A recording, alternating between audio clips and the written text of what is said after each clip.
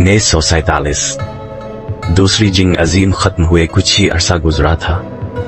दुनिया दोबारा संभल रही थी, सफर के जराए बेहतर हो रहे थे और बैन अल-अक़वामी फिजाई सफर आहिस्ता आहिस्ता आम हो रहा था। उन्हीं दिनों में एक ऐसा सफर शुरू हुआ जो तारीख के सबसे पुरस्कार फिजाई वाकयात में शुमार होने लगा। ये सफर था स्टारडस्ट यानी फ्लाइट CS-59 का। 2 अगस्त की दोपहर जब सूरज अपनी रोशनी एंडीज की बर्फीली चोटियों पर बखेर रहा था, स्टारडस्ट बुएनोस आयर्स के रनवे पर खड़ी थी। जहाज के 11 मुसाफिर और अमला पुरसुकून नजर आ रहे थे। इनमें कारोबारी अफराद, सिफारतकार और एक बच्ची भी शामिल थी जो अपने खानदान के साथ चली जा रही थी। किसी को अंदाजा नहीं था कि यह सफर उन सब का आखिरी सफर बनने वाला है। पायलट कैप्टन रेगन तजर्बाकार थे। उनका एतमाद इस बात की गवाही दे रहा था कि यह परवाज चाहे कितनी ही पहाड़ी क्यों ना हो, महफूज हाथों में है। टेक ऑफ के चंद लम्हों बाद ही जहाज इत्मीनान से बुलंद होता गया। जमीन नीचे छूटी होती गई और स्टारडस्ट आसमान में मौरूसी वकार के साथ आगे बढ़ती रही। एंडीज के पहाड़ दुनिया के खतरनाक तरीन पहाड़ी सिलसिलों में शुमार होते हैं। यहाँ मौसम अचानक बदल जाता है, एक लम्हे धूप, दूसरे लम्हे बर्फानी तूफान। मगर इस दिन इब्तिदाई रिपोर्ट्स के मुताबिक मौसम मामूल के मुताबिक था।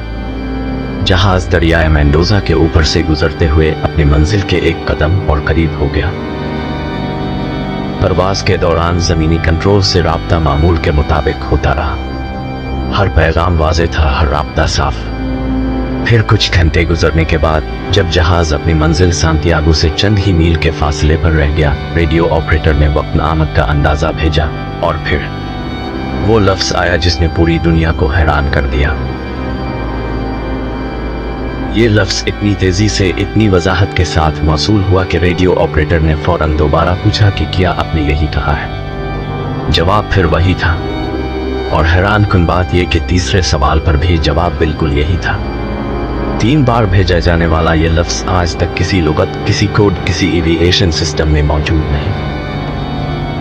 ये आखिरी पैगाम था। इसके बाद मुकम्मल खामोशी छा गए। कुछ लम्हे बाद कंट्रोल टावर ने महसूस किया कि फ्लाइट की निशानी रेडार से गायब हो चुकी है।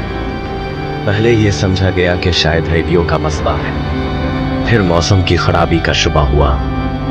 मगर जब कई मिनट गुजर गए और जहाज का कोई राब्ता न आया तो तशवीश खौफ में बदल गए। तलाश का सबसे बड़ा मसला यह था कि एंडीज में बर्फ इतनी गहरी होती है कि कोई भी मलबा फौरन दब जाता है। दिनों तक तलाश जारी रही मगर ना इंजन का हिस्सा मिला, ना पर का टुकड़ा, ना किसी इंसानी मौजूदगी का सुराग। जैसे स्टारडस्ट हवा में तहलील हो गया। वक्त गुजरता गया, महीने गुजर गए, साल गुजर गए। लोग भूलने लगे कि इस फ्लाइट का कभी वजूद भी था। मगर 11 खानदान ऐसे थे जिनकी उम्मीदें कभी नहीं मिटी। वो हर साल इसी तारीख के करीब आसमान की तरफ देखते जैसे जवाब वहीं कहीं छुपा हो। फिर तकरीबन 50 साल बाद सना 1998 में पहली बार एक निशान नजर आया। एंडीज के एक ग्लेशियर में बर्फ पिघलना शुरू हुई और उसके नीचे से धात की हल्की सी चमक दिखाई दी। पहले एक छोटा सा टुकड़ा मिला, फिर दूसरा, फिर कपड़े का एक हिस्सा और फिर इंजन का एक पुर्जा। ये स्टारडस्ट के मलबे के हिस्से थे। माहिरीन के मुताबिक जहाज गालिबन एक शदीद बर्फानी तूफान में दाखिल हुआ जहां रफ्तार बर्फ और ऊंचाई के इम्तिजाज ने इसे पहाड़ से टकरा दिया। तसादुम के फौरन बाद ग्लेशियर ने लाशों, सामान और मलबे को अपने अंदर दबा लिया। बर्फ ने सब कुछ निगल लिया और वक्त ने राज को मुकम्मल तौर पर छुपा दिया। अगर ये ग्लेशियर कभी ना पिघलता, शायद आज भी स्टारडस्ट का कोई सुराग ना मिलता। फिर भी एक सवाल आज भी बाकी है, का मतलब क्या था? क्या ये इमरजेंसी थी? कोई मुखफ़फ़, कोई गलती? शायद किसी ने आखिरी लम्हे में कुछ ऐसा देखा, महसूस किया जो लफ्ज़ों में बयान ना हो सका। आज तक कोई जवाब नहीं।